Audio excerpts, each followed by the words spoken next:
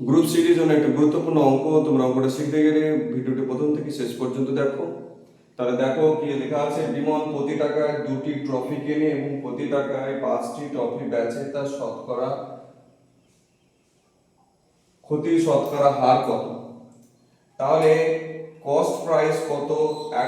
2 টাকায় প্রতি টাকায় 2টি কিনে কস্ট প্রাইস কত? তাহলে একটা হাফ। সেলিং প্রাইস কত আছে? বলছে প্রতি টাকায় 5টি বিক্রি করে, মানে সেলিং প্রাইস কত একটা? 1/5। তাহলে শতকরা কি লাভ কত হচ্ছে? লাভ কত হচ্ছে প্রথমে বের করতে হবে, লাভ কত হচ্ছে। তাহলে cost price minus selling price, লসাগু করলে 10 হচ্ছে, 5 2 3 এর 10। এবার বলছে লস অফ পার্সেন্টেজ, লস বের করতে চাইনি, আমাদেরকে অঙ্ক দিতে চাইছে শতকরা মানে ক্ষতির হার কত। Loss percent is equal to কত হচ্ছে 3/10, লস বাই হচ্ছে কি কস্ট প্রাইস কত, হাফ, শতকরা কত মানে 100 দিয়ে গুণ।